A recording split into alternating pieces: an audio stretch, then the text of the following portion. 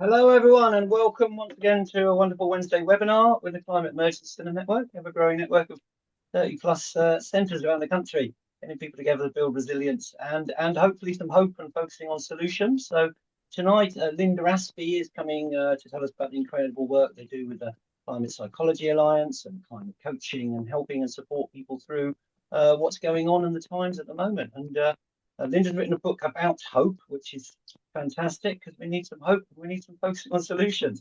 Over to you, Linda. Thanks very much for coming. Thank you very much. And thank you, Phoenix and Genji for inviting me. And thank you everybody for being here on an evening. It's been a tough few days for many of us on lots of different levels, lots of news coming in. So I hope that tonight will be interesting and also quite grounding for you too. It's great to see so many people here. What I'm going to do is I'm going to share some slides. I'm going to talk for around about 35 minutes. There's too many of us to make this into a workshop in the time we have available, but hopefully we'll have other times when we can do that. So unusually, because I don't normally just speak, everything I do, including keynotes, has interactivity in it. But I'm going to kind of invite you to be with and engage with this as much as you wish. So I'm going to share some slides and then probably 35 minutes. And then at the end, we can have, at the last part of it, really, we can have some discussions and some questions. So thank you all for being here. And it's great to see some familiar faces and names, and you know who you are. So it's really good to see you.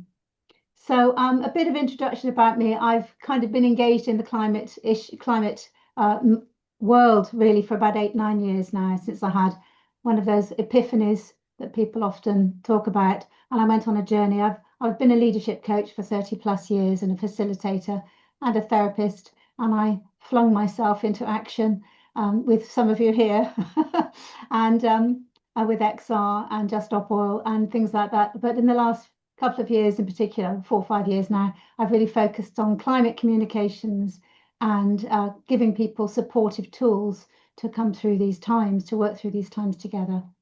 So that's what I do now. That's my day job. This is my activism. So let's get to my slides. So tonight's session is called Climate Psychology, Making Sense of Our Inner Worlds. If I go too fast, do flag it up. Someone, maybe Phoenix, I can rattle sometimes when I'm in a rattling mood.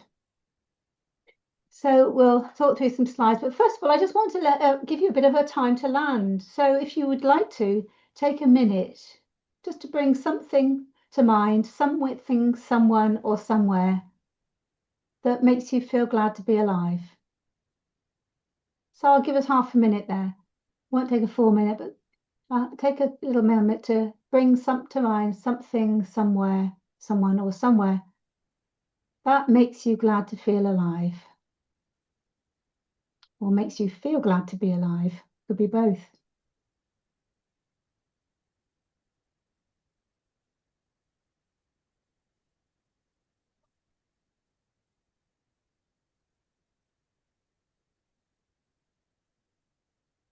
And as you even do that, you might just find that your breathing slowed down a bit, your shoulders have dropped a bit, and you've landed in your seat a bit.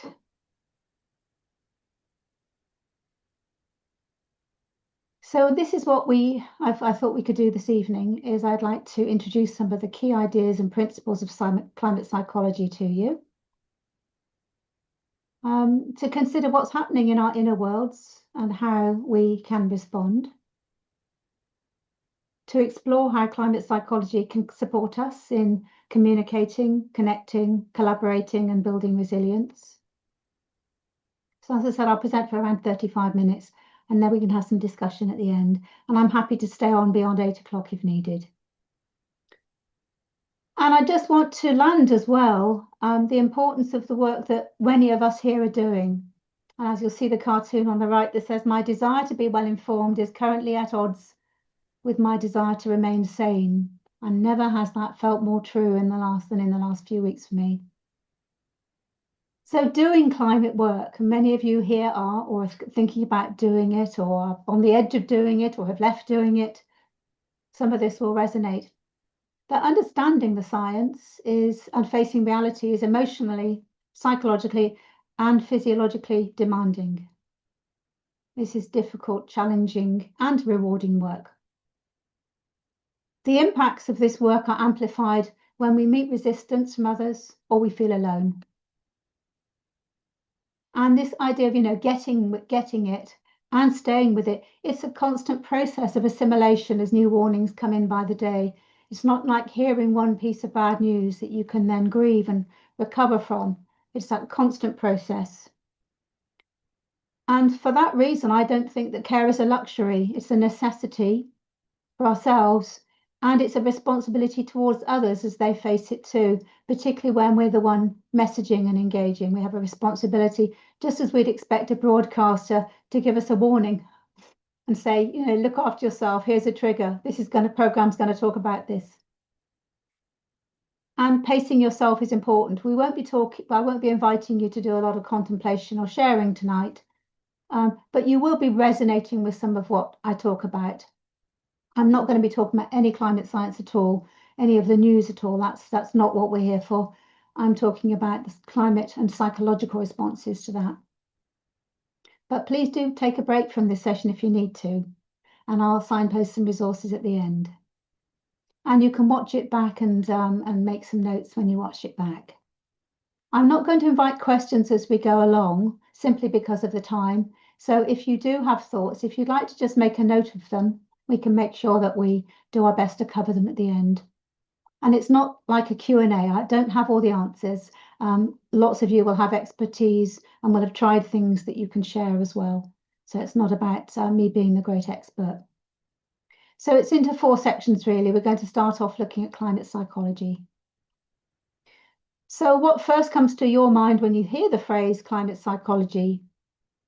For many people I ask, they think about, particularly interestingly in the corporate space, when I do talks and they contact me and say, can you come and do a keynote at our conference or something, because we'd like some climate psychology, and I start talking to them about what it is they want.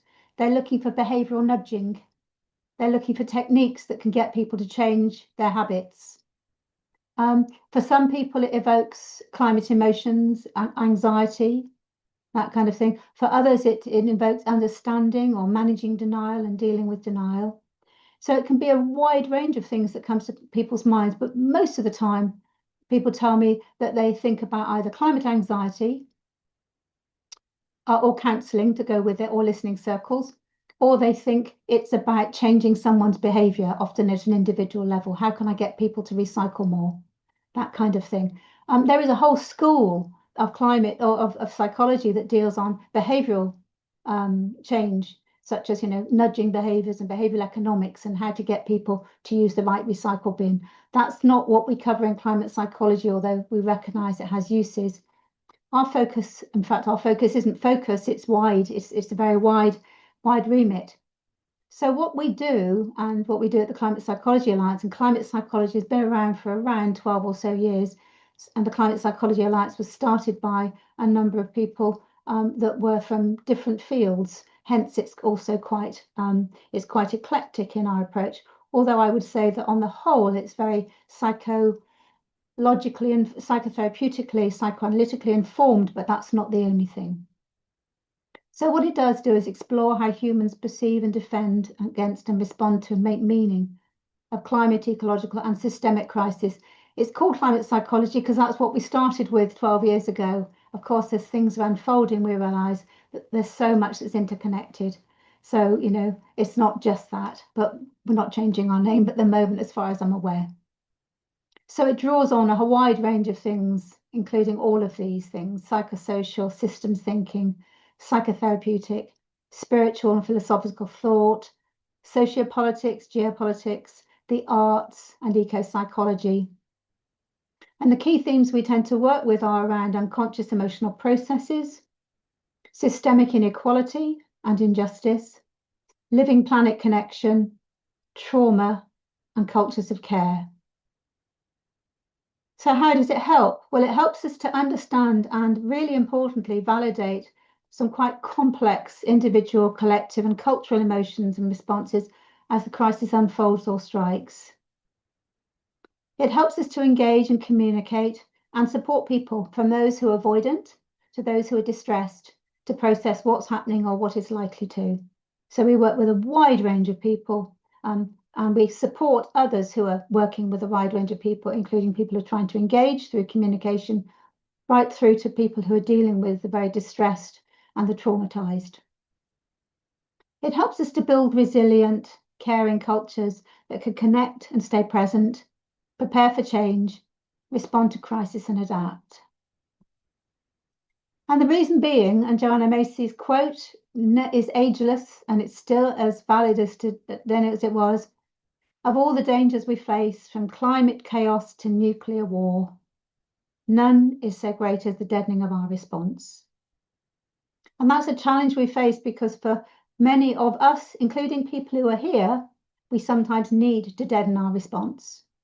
But we're also working in a whole society, a whole cultures that don't respond and aren't responding. And many of you will have been feeling moments and times of great frustration about the seeming lack of care and engagement. I hope that tonight will give you a little bit more understanding of some of that. Now, when I say this, what we talk about in climate psychology, we work from an evidence-informed base. We're not like behavioural psychologists, which focus on measuring what someone's done and anticipating what a group of people might do in this situation. We understand the evidence and we are informed by it, but we're not as relentless in measuring everything because of the way that we think about things as being connected and complex and systemic. And that's not down on traditional psychologists. It's just not the focus that we have. So what are the psychological impacts of climate change? Well, it presents a massive psychological threat on many, many levels. It's an existential threat, that it threatens our life entirely, threatens our life and the life we know. And it's already been existential for hundreds of people and millions of people all around the world. We know that people have been living with what we're now coming alert to for decades and generations, from colonialism and racism through to all the things that are happening with wars, famines. These are all embroiled in and entangled with climate. So for them, it's been an existential threat for a long time. And for many of us here tonight, it's newly arising. It's a threat to our integrity, our stability and our self-identity. You know, we think we've got a role in life. We think that we're whole, that our life is certain and stable. And it's a threat to our self-esteem because it can touch on very difficult feelings that we've been part of this. And of course, it can touch on our life plans and internalized expectations of the future. I keep meeting people who are now activists who said 20 years ago, when we thought we'd retire, we'd go and travel the world. We just can't see ourselves doing that now. It feels wrong. And that's a simple, luxurious one. Never mind have a roof over your head or food to eat as you get older or any of those other things. And so there are so many impacts. This here is a statue, a beautiful sculpture by Anthony Gormley called Iron Baby. And it's a really beautiful way of describing some of the ways that we can be feeling about climate. We can look quite hard on the outside, but inside we're quite vulnerable. So that's him. And he did this to talk about the earth and about the baby representing the fragile earth, hiding away from it all, trying to protect ourselves. So the threats posed and the recognition that we have interdependence on this living planet can echo some very early, primitive, unbearable and unspeakable feelings. And this is where psychoanalysis is really helpful, because it often helps us to put words to what we really don't understand. You know, our emotional lives develop very, very, very early, and we don't have words for some of the feelings we have. And those of you that will have had children, will remember, you know, your newborn babies, and when they're in distress, they're almost inconsolable sometimes, aren't they? They can get hot and panicky, and they don't have words for how they feel. They're just assimilating. They're just finding their ways through raw emotions, and those continue to be relatively raw. I mean, children, very early, young children, can be very, very vulnerable towards criticism and all those kind of things. And these are not things that we're necessarily always conscious of. And certainly from the very earliest time, these are very primitive feelings of massive fear of all sorts of difficult feelings of pain and loss and separation from mother and all of those things. And they can be quite they're unspeakable then, and they can be unspeakable now. And so things like loss and grief, they come into our lives very early on. We can feel guilt and shame quite early. I won't go into the depth of the psychoanalysis about it. You don't need to believe or understand psychoanalysis to find some of these ideas helpful, I should say. They tap into helplessness and powerlessness of that's the fragile baby, fragile but seemingly tough. They can tap into feelings of despair. It can leave us to feeling overwhelmed and alone and abandoned. And it can trigger massive anger and rage about what's happening to the world, about what's happening to our living world. And there is a level that I believe, and many others do, that we know we're connected with everything else. We know we're in an ecosystem. We're not separate from. The water we drink is the water we are. We know these things, and it's in us. We've just forgotten it along the way. So we see these parts of ourselves being destroyed. And this fear and this terror that we can experience. So these are quite powerful things. We don't often talk about them, do we really, in day-to-day life? Because they can feel unspeakable and overwhelming. So what do we do with them? Well, the picture on the right, some of you might recognize if you're a car mechanic. These are, or any kind of vehicle mechanic, these are shock absorbers.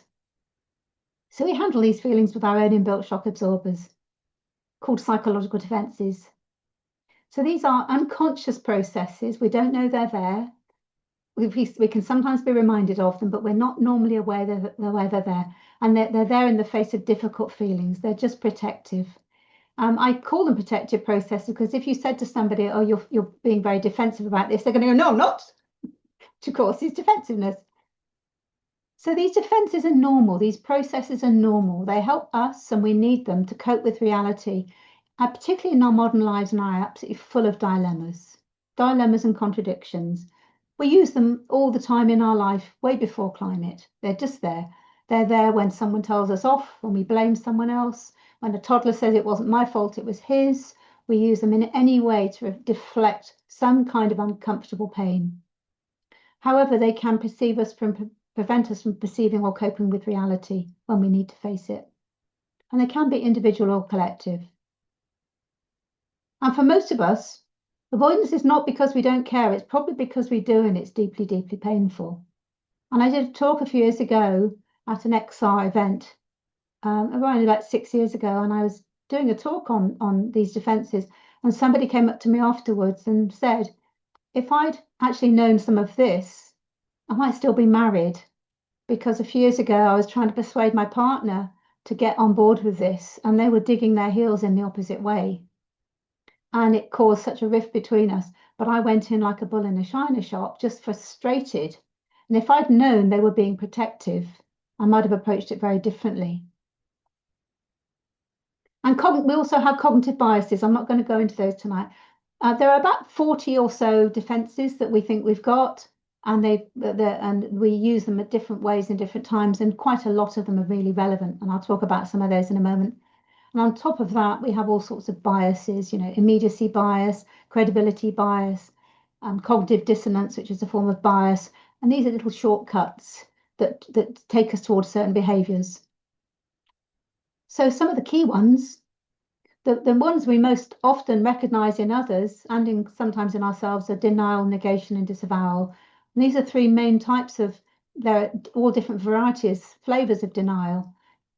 Denial is the first thing that when you hear really bad news, let's say you've been unfortunate enough to have someone you care for in your life pass away, then often your first response could have been denial. It can't be true. I can't believe it. I can't believe they're not there. I can't believe I'll not see them again. It's a natural warding off an immediate shock. Negation is, oh, sorry, I should start the other way. Denial, sorry. Denial is denialism. Denialism is usually a campaign of denialism, fossil fuels. It's not happening. Here's some evidence to prove it's not. You're wrong, you're wrong, you're all wrong. Causes confusion and that kind of thing. negation, I should say. Negation is where we go, no, no, no, it's not true. It can't be true. It can't possibly be true. So we have to negate it. And then disavowal is probably the most pernicious form because it's the one that's around in most of the systems that we inhabit, which is that part of us that knows and the part of us that doesn't know and doesn't want to know. And that's what can cause us quite a lot of frustration. But we have this ourselves. I go into moments of disavowal when I buy something that I really don't need. You know, I try and say I'm not going to buy anything like that for a year, and then I go and buy it and I think, what did I do that for? I wasn't even thinking about it. Distancing is a process we use when we push something away. Politicians do this all the time. You know, this government can't deal with it, the next one will. It won't be me that suffers, it'll be the next generation. Those kind of things, we push it away in time and space. And of course, we push it away quite literally when we can see people on the other side of the world struggling, and we can even sit and eat our dinner and watch people drowning and coming out of boats. And some people can watch that and not feel moved by it because it's on the other side of the world, it's on the TV. Those kind of things we can do. And of course, it's a form of othering. It doesn't look like me. It's not my life. Those kind of things. Exceptionalism is I'm special. It's not going to happen to me. I'll bunker down. Think tech bros. Entitlement. I work hard for this. You know, I shouldn't feel this way. I shouldn't feel guilty. Those kind of normal things. Displacement. Feeling distressed, but finding something, you know, when someone's died, for example, keeping really busy, hypermania. It's what happened when I had my big climate awakening. I threw myself into activism day and night, and just got burnt out, as people do. But just anything but think and feel. Ambivalence is a form of, it's a psychological defense. And I don't know if I want to, I do. I'm just saying this is a quote. You know, people say, oh, I'd like to stop flying, but I really miss my flying, you know, I don't know, and I want to give that up, but I don't know. So it can cause us all sorts of difficult feelings, and that feeling of not wanting to give up privileges and what we've worked for and all those things. Splitting and blame, very common in children. You've seen these. They're all good or all bad. You know, one of the tasks of maturity is to manage ambivalent feelings towards the same person, to love and hate anyone that's fallen in love, and for a while you just absolutely adore them. And then when you're actually living with them, whoa, it can feel a bit different. Or your first argument, and then you're here. So splitting is a normal thing to make good and bad quite separate, so we don't have to handle the ambivalence of living with that. And blame, which is what children do, to deflect. And this is one of my go-to defenses. This was my first after I went through absolute manic activity was, oh, I better learn all about the climate science so I can talk credibly. Flung myself into learning everything I could possibly ever learn. Intellectualization, it's a way of distancing ourselves emotionally, so we don't have to feel it, but we can think about it. We can look at charts and graphs, and we can talk quite differently. We can ask questions that ask how people, what are you thinking about rather than how you're feeling. And these allow us to stay in business as usual mode. There's more. I call it as if mode or as if here, as if nothing's wrong. They allow that to happen. It's all normal. And the more we can normalize this, the less pejorative we can be towards people and the more likely they are to actually, you know, come along with us. And there is a collective defense that's worth knowing about, which is called socially constructed silence. And that's where it becomes it's very hard to talk about something that's difficult. It's a bit like a taboo, in that society is not talking about something, and it can be very hard to talk about it because you get signals that you mustn't talk about this thing.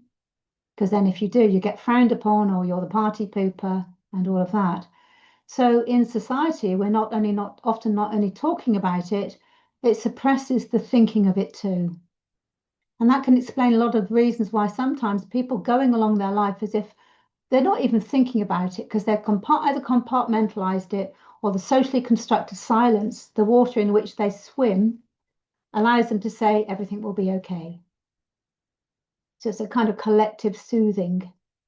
So this is what we often encounter when we're trying to engage people and you try and bring it up in a setting where people who don't get it are there, and it's you end up feeling like the guilty one for bringing it up, and that's a form of projection, I would say. that people don't want those feelings, so they give them to you. You can feel guilty about making me feel bad. That's even better. Double win. So I'm not going to invite comments, but I'm just going to ask you to think about this, and I'll share some of these notes afterwards. Do you recognize any of these in you? We have them. They're normal. And in people around you, these defenses. But there is a price we pay for these defenses, for the numbness.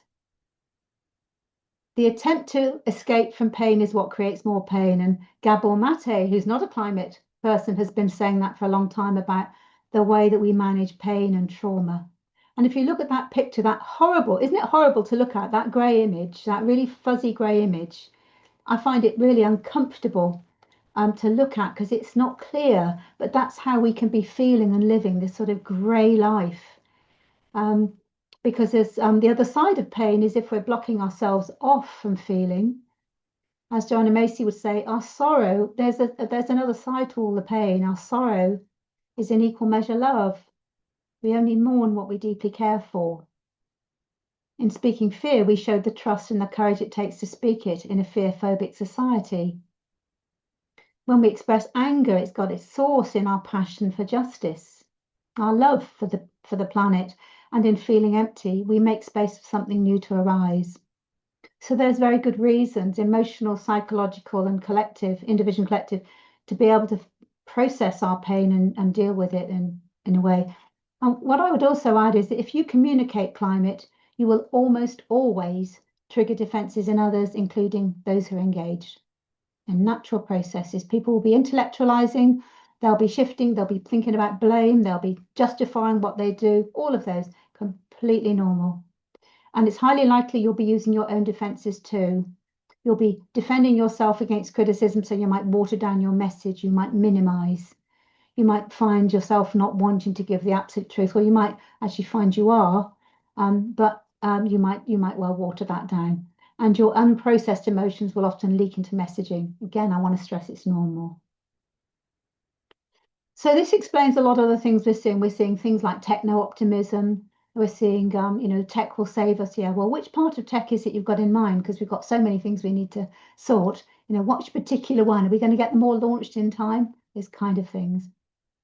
So the frustrations and dilemmas and conflicts I'll move on to now.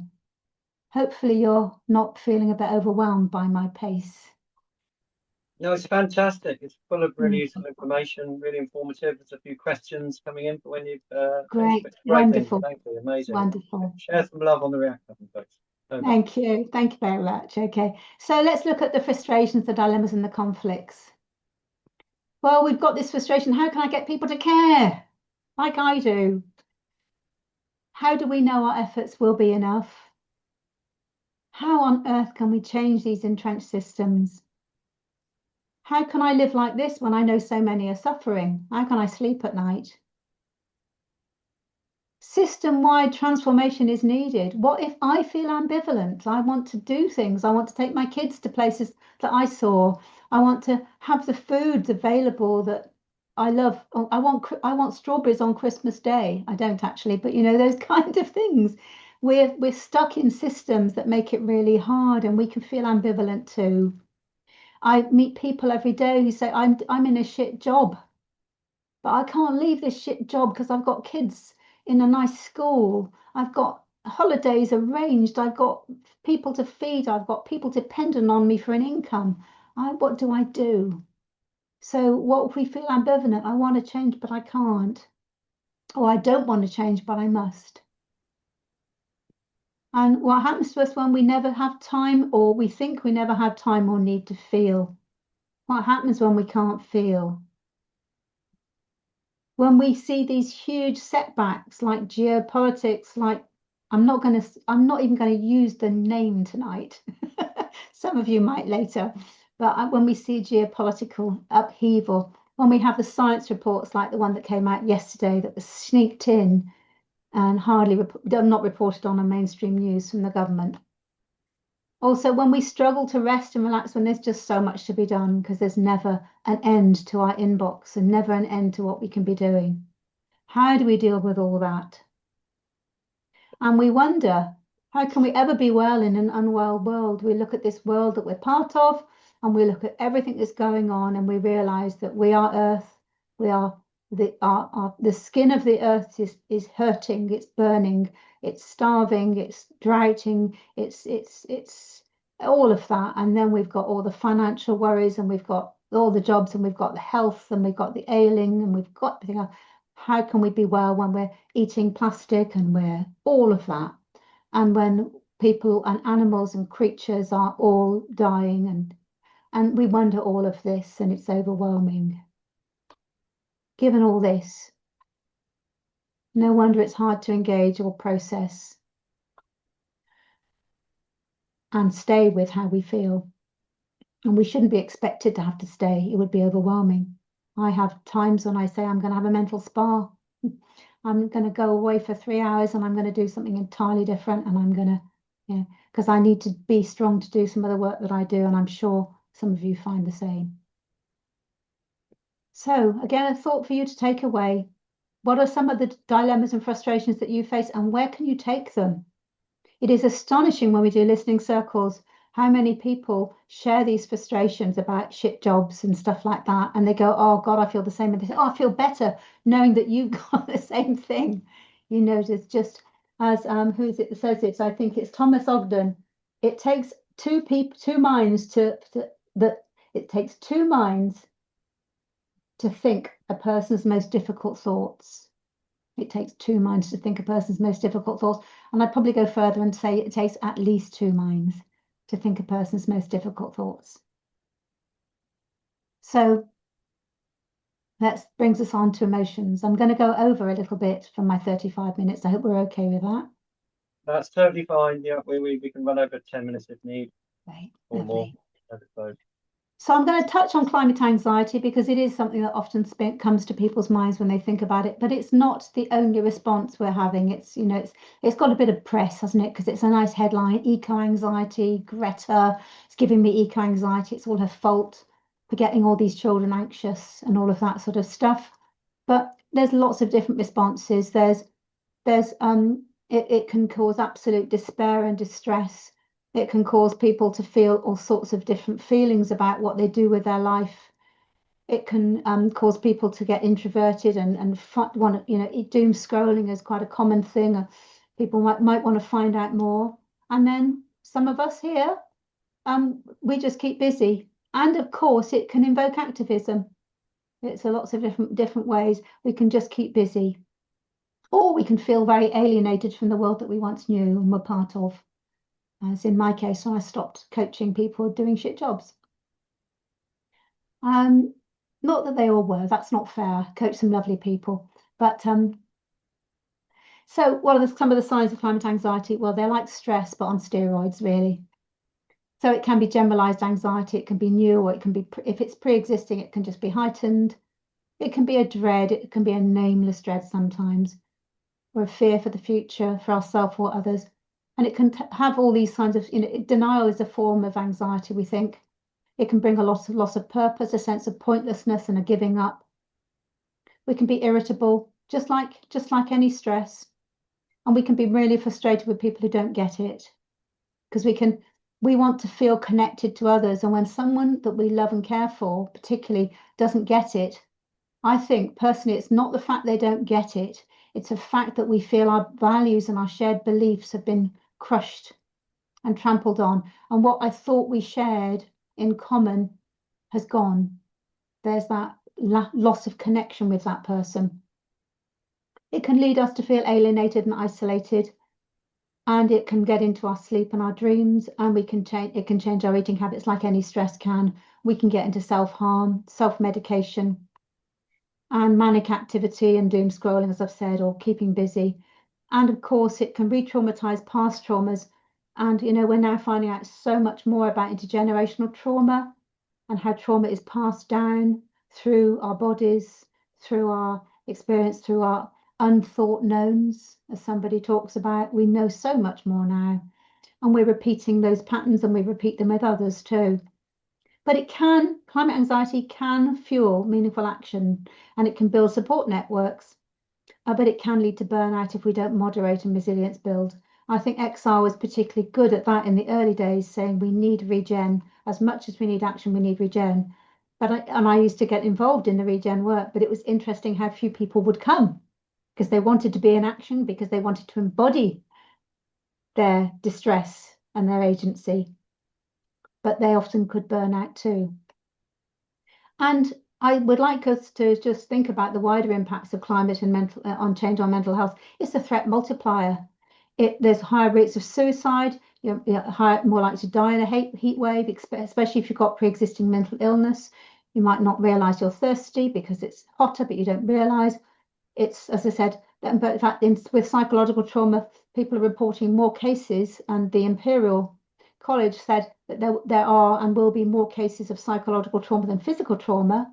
But, if you've lost your home, you might have got out on time, but you're traumatized from losing your land and your culture and your practices and your elders and your nature. It can lead to PTSD and disruption and depression, anxiety, and distress. And of course, it can disrupt care provision if you can't get your services to go to people who need your care because of floods or closed roads or fires, etc., or no fuel and all of that. Then, of course, it will exacerbate. And, particularly for young people who are seeing this and who are increasingly feeling isolated and stuck to screens and also being bullied at the same time. So those are threat multipliers, and it's well documented that violence increases when there's a heat wave, including domestic violence. And is going to be more of an increase in general health problems, because if you keep numbing and avoiding emotional pain with coping mechanisms that aren't really healthy, booze and all of that kind of stuff, then that's going to increase health problems and obesity. So that's all showing quite a negative picture. But let's move on to, actually, this is a lovely diagram. I'll share this with you afterwards, from Caroline Hickman, my colleague who's worked a lot in climate psychology, particularly with young people. And this is an adaptation of the Fisher change curve, taking us through a series of emotions. It's not a gradual path. It's not always a smooth path, and you can go up and down and in and out. But we can find ways to work through some of these difficult feelings, but it's very hard to do it alone. Bringing nicely onto community and co-resilience. So what do we mean by resilience? Well, I define it as the capacity of our mind and body, nervous system, to respond to adversity without being overwhelmed. And that's to be self-aware and to flexibly move between states of safety, mobilization, and rest. Because if we're resilient, we need to rest and we need to be safe, and we also need to mobilize ourselves. And only if we're resilient can we move into those states in response to changing circumstances. But it is highly dependent on us having an attuned relationships and a safe and supportive and inclusive place where we belong, social engagement system. So we need to move from thinking about individual. People often talk about individual resilience and coming onto individual resilience programs, but we need to remember that crisis fragments us unless containers exist. So we have to have collective containers, and groups need space for emotional expression, to have conflict, to air differences and to be different, and for grief and meaning making. And grief practices will become even more important as time marches on. So climate aware communities, they do best when they can normalize all emotional responses. As Daniel Siegel would say, you've got to name it to tame it. And the relief at being able to name how you feel is, for many people, palpable. For the first time, when people come to Climate Cafe listening circles, they say, I've not been able to say this to anybody, and I've just said it to a bunch of strangers.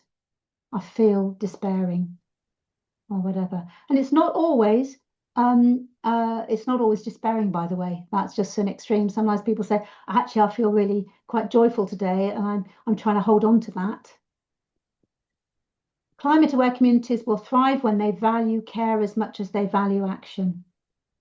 And in an action-focused world, in a hyper-individualized world that rewards doing stuff rather than being stuff, then we have to work really hard to keep that in place, because it's the thing that gets the least attention and the thing that many people find the hardest. Action is an embodiment of care. Being with others is a different kind of embodiment of care. So it also works when they can recognise and name when the need for care is being forgotten, because the group will want to mobilise itself often away from talking about feelings. And it doesn't mean to say that you're wrong if you don't talk about feelings. People share feelings in all kinds of different ways, including not sharing them, but thinking them. So it's not that you're going to be pejorative and say, you haven't talked about how you feel today, but we can just say, well, I've noticed we were talking about feelings a minute ago. We've suddenly moved into action planning. We've only spent a couple of minutes on feelings. I wonder if we can just come back to that, because maybe there's more people want to say.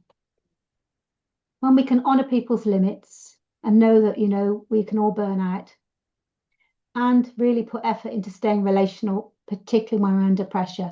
It's easy to be relational when times are good. So building a culture of care is what we're looking for to do.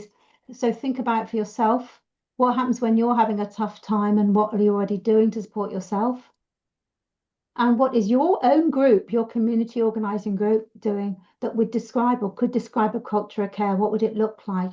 If a stranger walked in and came to a first meeting, how would they say this is a group that cares for each other and knows how to do it well? Or would they say, yeah, it was very good on that, but there was something missing for me? And so for your own group or your own life, which would you prioritize on to improve? And here are some resources. Climate Psychology Alliance, as I said, I'm a member of and a board member of. I'll talk a little bit more about that in a moment. We also have a sister organisation in North America, and there are climate psychology organisations in other places too. There are other brands available. And so we've got the Psychology for a Safe Climate working in Australia and New Zealand. And there are places around Europe, and there are many, many, many organisations. The ICRA is a new partnership between the Climate Psychology Alliance, the Mindfulness Initiative, and the Climate Majority Project. And that's just in formation, and that's aiming to be a resource place where people can find who's doing inner resilience work. How can we tap into that? How can we connect so that we can share resources and do good work together? And there's things like the Deep Adaptation Forum, and there's Work That Reconnects Network. Those are just a tiny handful of resources. And there's me. So if you want a coach, or you want to talk to somebody, but I'm going to talk specifically about the Climate Psychology Alliance now. I forgot, your community, it's a wonderful emotional and psychological resource. It's just there, it's already there. So if you can learn how to be together in lovely ways, that's going to help. So this was my book, Holding the Hope. It was actually, I edited it with 2 other people. It's not brand new. It was out in 2023. And it's a series of essays from people like Chris Johnson, who wrote Active Hope, Johnston, with Active Hope with Joanna Macy, Joe McAndrews, who works for children and young people, a variety of wonderful writers, too many to name. And it's a series of essays from coaches, some community psychologists, thought leaders. Roger Duncan is another one that immediately comes to mind. Matthew Paynton from the Deep Adaptation Forum. So it's a nice book of essays, particularly useful if you're a practitioner, a wellbeing practitioner, mental health practitioner. I fought with the publisher because I didn't want it to be called Hope, because at the time I was quite cynical, but actually I'm glad that they won. Because there is lots and lots of things that we're doing, and we can talk differently on another occasion about hope. Here's some great books. Generation Dread by Britt Ray in the US. It's Active Hope by Joanna Macy. If you want to take a lovely deep dive into some exquisite writing about the psychological roots of the climate crisis, I could not more highly recommend Sally Weintraub, who's just an incredible climate-aware psychoanalyst, just incredible thinking of depth and breadth, looking at media, culture, just extraordinary. Roman Krznarik's work on A Good Ancestor is a really helpful tool to give us some perspective. I've also been reading his History for Tomorrow, What Lessons Can We Learn that we can apply for today. And then I'd like to just really talk about the Climate Psychology Alliance briefly. We're a charitable status. We're just becoming a registered charity. We are really welcoming of anybody that's interested in climate psychology. You don't have to be an ologist. We've got all sorts of people. I'm actually not a chartered psychologist. I practice climate psychology, but I'm a psychotherapeutic counselor and coach, amongst other things. So, and an organisation development consultant.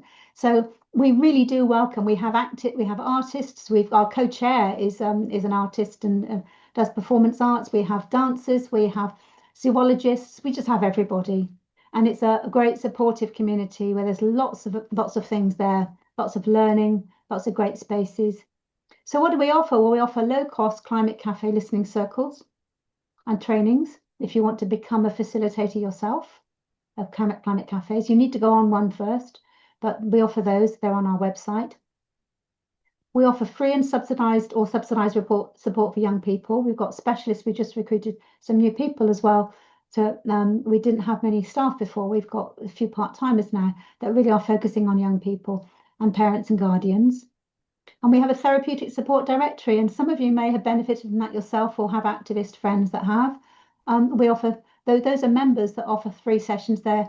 They've applied to come on a register, so we've checked out, that their credentials are good, and they offer 3 free sessions to anybody that wants it, any member of the public, any activist. And we've done a lot of work with activist circles, and we offer paid or pro bono. That's a new word for pro bono consultancy talks and trainings. And we also do, we do research, we do collaborations and that kind of thing. So if you want to, you can help us do this work. There is a QR code there should you wish to point your camera at it and give us a couple of quid. We are partly funded by a grant from the Robert Hoe Foundation, which gives us half the money to do the youth work. Our membership fees also fund the rest. Most of us volunteer. So if you've benefited from our care and support and you want to donate, please feel free to. No pressure to. Everyone's asking for money these days. And I want to leave you with a poem just to ground you. And I'll read it slowly. When despair for the world, it's called The Peace of Wild Things, and many of you will know this, but I find it always calms me. When despair for the world grows in me, and I wake in the night at the least sound in fear of what my life and my children's lives may be, I go and lie down where the wood drake rests in his beauty on the water, and the great heron feeds. I come into the peace of wild things, who do not tax their lives with forethought of grief. I come into the presence of still water, and I feel above me the day-blind stars waiting with their light. For a time, I rest in the grace of the world, and am free. So, what questions do you have? Anything you'd like to explore? Might this help you in your work? Any other questions, anything you want to say? That's absolutely brilliant. Thank you very much for that. That's really appreciated, Linda. Such knowledge in there. I love the listening circles. We did talking circles in community centres for years, the old Native American tradition. So folks, I think there's some questions in the quick Q&A box. You can put one down there, and I think Jen has got a handle on different ones coming up. Over to you, Jen. Thanks, Phoenix. Thanks so much, Linda. Yeah, we've got some nice questions here for you. And obviously, take your time, hey, Linda. We're not putting you on the spot. So, so we've got one about personal and community emotional resilience. Mm-hmm. So Ed Jarvis, would you like to ask Linda about that one? Hello, Ed. Lovely to see you. Unmute. Oh, there we go. I couldn't unmute there for a moment. Sorry. Yeah, thank you so much, Linda. That was absolutely excellent. And it feels really like the antidote to all this conditioning that we've had over the years of not being encouraged to talk about our emotions and being very much atomized and not to think about community resilience. So I think it's brilliant that we've got a real focus on this. So I'm trying to get in my head kind of a little bit of a model, if you like. So, and I think you answered some of this as you went through. I put the question in quite early, in my mind, there's the personal emotional resilience, so how I deal with my feelings, but there's also this community level. So a really well, emotionally resilient community is one that's got a culture of resilience, culture of supporting people and helping people. So I don't know whether there's other dimensions I should have in my mind when I'm thinking about that. And I'm also really interested in how those levels kind of reinforce each other. So if you're doing maybe some of the community stuff more obviously helps the personal stuff, but how the personal stuff can help the community stuff. It's that whole interplay. I don't know whether you want to say more about any of that. Yeah, I would love to. Thank you. It's a great question, and I didn't have time to go into it tonight, but I do have I do a lot of work on individual resilience as well, because there is need for that. And I think what I would say about that is that we could look at this in a way that says we're all traumatized anyway. We're all traumatized at some level, potentially from the neoliberal culture we've been imbibed into, from the way that parents and grandparents were told how best to raise their babies. There is evidence to show that if a baby's been left alone in a room to cry because that was deemed once good for them, that they will actually have an indelible print on their brain. They will have brain changes. And that's just shocking and tragic to think about. We're now learning a lot more about neurobiology. So I think there are certain things we can learn to practice. And I think one of the things that can help as an individual level is to re-embody all of our emotions. We've been told by Descartes that, our mind and body are separate, and they're not. We're an ecosystem in our own right. And if we can use practices that do that, and of course, if you say that in certain settings, people will think you've gone all woo-woo and you're going to make me be a tree or something, But there are lots of things we can learn how to do. We can learn to reconnect with our bodies. We can learn a lot more about becoming aware of our emotions as they arise, because we're in a culture which tells us to push them away. So we can become personally more emotionally literate. So let's say you're sitting and you're having a drink or you're eating something and you think, oh, I could eat that all over again. It's sometimes just worth asking yourself, what am I feeling right now? Why am I doing that? So there are certain practices. There's also, I would say, the practice of self-compassion. And we've been, again, born into a culture where we're often blamed. We're rewarded for being the most this or the most that. It's this. There's a web link. If you go selfcompassiontest.org, and there are about 12 questions, and you score yourself on that. I have yet to find someone who says they've been kind to them. They've just realised how kind they were to themselves. Most people say, geez, I'm hard on me. I'm so hard on me. So practicing self-compassion, which means treating yourself with the same compassion you treat a friend if they've mucked up or not done something. So I would say definitely, thank you. It's a really great reminder that we can do the individual work ourselves, but collective resilience needs others. And find someone to talk to, because that's often just really helpful. It is the helpful thing.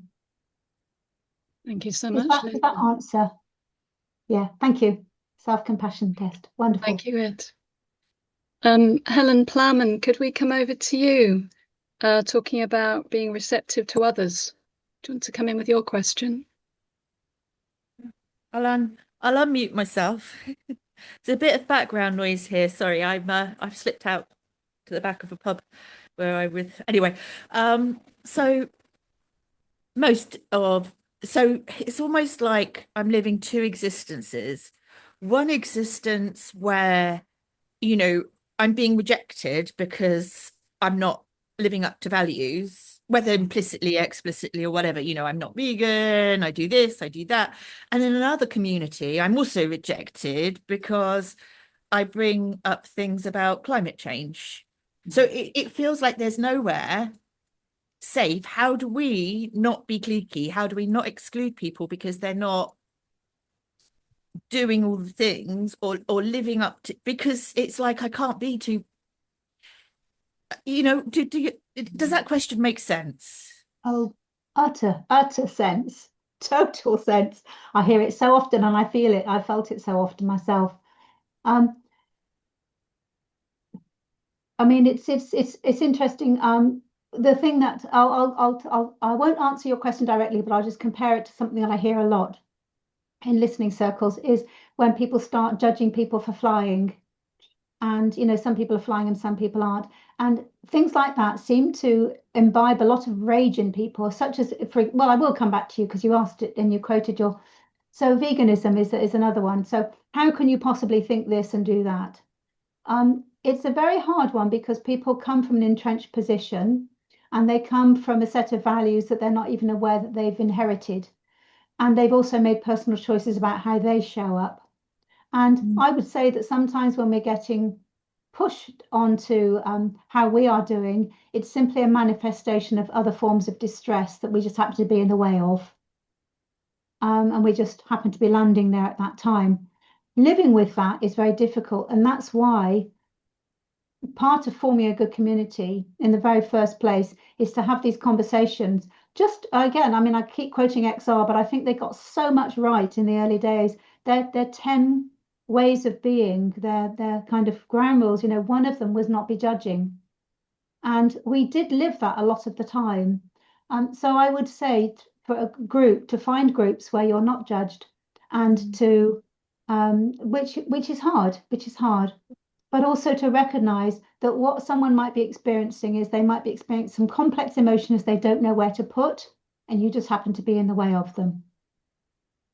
I want to be sort of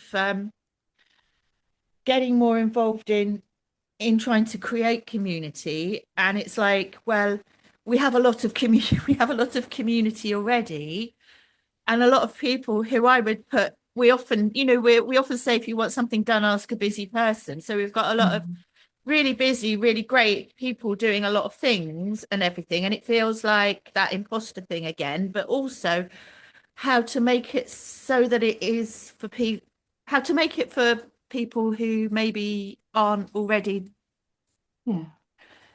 doing things.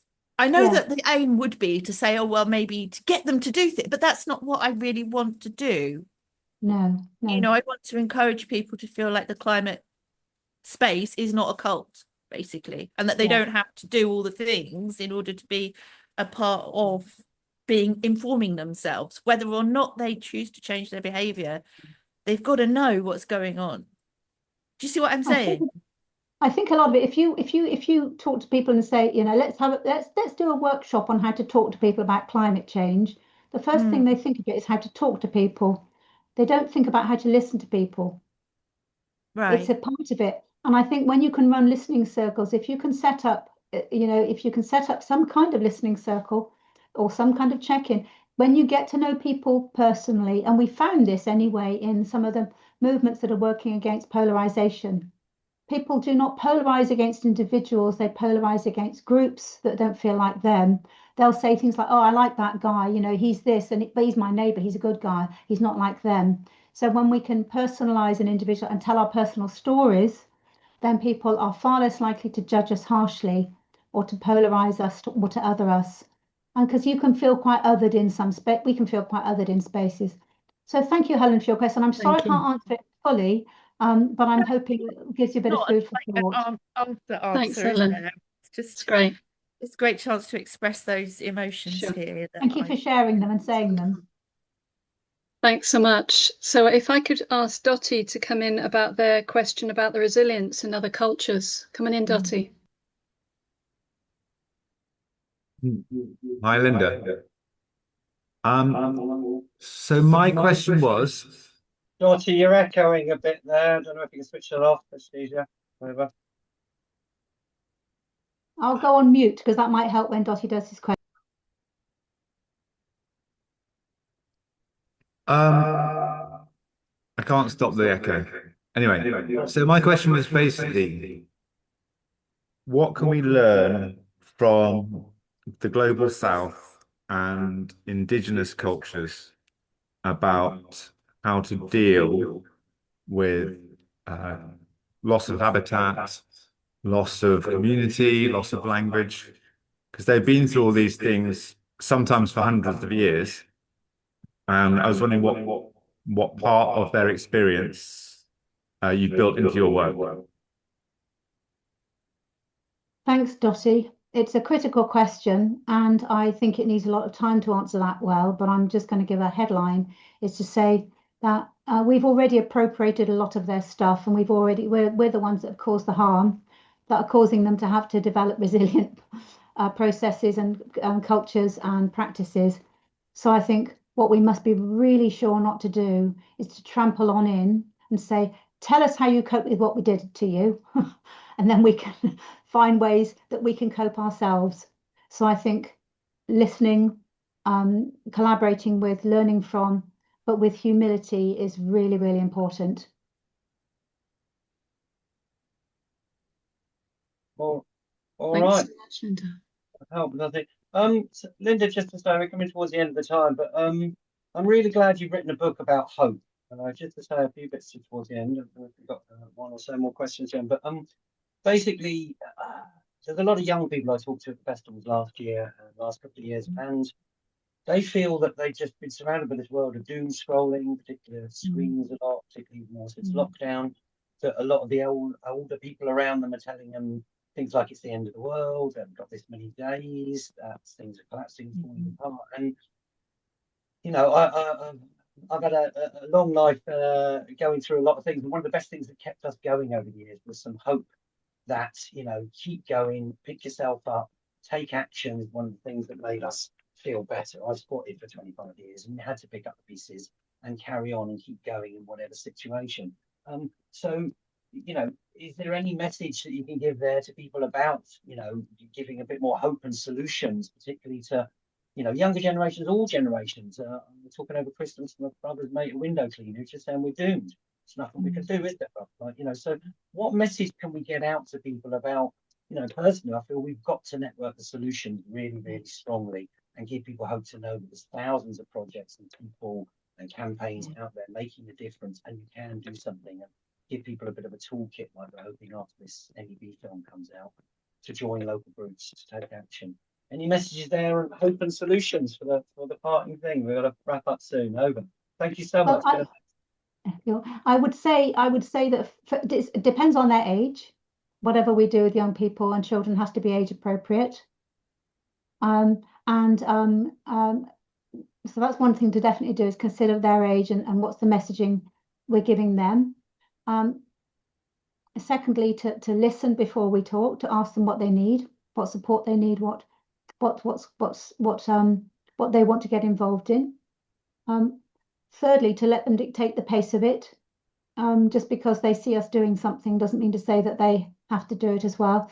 Fourthly, to avoid them thinking that they're growing up with our problem because we've given it to them. I hear people saying things like, "Oh, it's up to you young people to sort this out now," and it's meant with good heart, but it's often meant with good heart, but it doesn't get received as that. So I think we need care. We need to listen, and we need to make sure that if they want them, there are age appropriate spaces. Hanging out with a bunch of old people isn't a lot of fun at the best of times. When you're talking about your climate future, it's not fun either. It's particularly not more fun. And to have things like listening spaces run by young people for young people, I think is so important. And that's something we're focusing on this year in the CPA, is we're going to be helping young people to run these spaces so us oldies can get out of their way. But we're there to support should they need and if they invite us in. But it's really important that they manage these in ways. So I don't think, for me, it's not about giving them hope. It's about, I think all of this really for me is, it's not about the plants we put in the ground. It's about the soil that we're inviting people into and the conditions that we're inviting people to be in. That's the conditions for our meetings, for our discussions, for our conferences, for our conversations. What are the conditions that will help this person to feel safe, given the lack of safety out there? What are the conditions this person tells me they need? And that means we can take into factor everyone's differences as much as possible and not dictate any solutions, whether they're young people or people from the other side of the planet. You know, I think those are really important things for me. Brilliant. Thank you so much for coming. Really informative. 76 people in the house to come and hear your wisdom. Really, really appreciated. Great to hear helping the NEB team. So just to say, folks, at the end, next week we've got Belle Jacobs, who's talking about plant diets and how we have some difficult conversations around shifting diet, veganism and vegan campaigns, and the empathy project. I'll put it in the chat. And then on the 18th of February, we got Rupert Reed coming to talk about funding a national resilience campaign, get some funds into all these good projects we're doing. And also, I think I'll be chatting with Ed Jarvis. He's inviting Ed along as well to talk about the Safer campaign, which they've launched. Ed might want to put something in the chat. But thank you very much for coming. Give us an hour of your precious time, folks. Big up to Linda and all the great work she's doing. And we'll stop recording there, but we'll stay around for 10-15 for those who want to chat and help each other through these times. Linda, parting comments. Yeah. Are we closing now? Are we hanging around, Phoenix? We're closing the video recording, but if you want to say a parting comment, and then we'll we've got 3 more questions. Let's get to those questions. We're on time. I'll stop the recording here. Linda, if you want to do a parting comment, we can do the questions after. Great, lovely. Yeah. So thank you very much, everybody, for being here.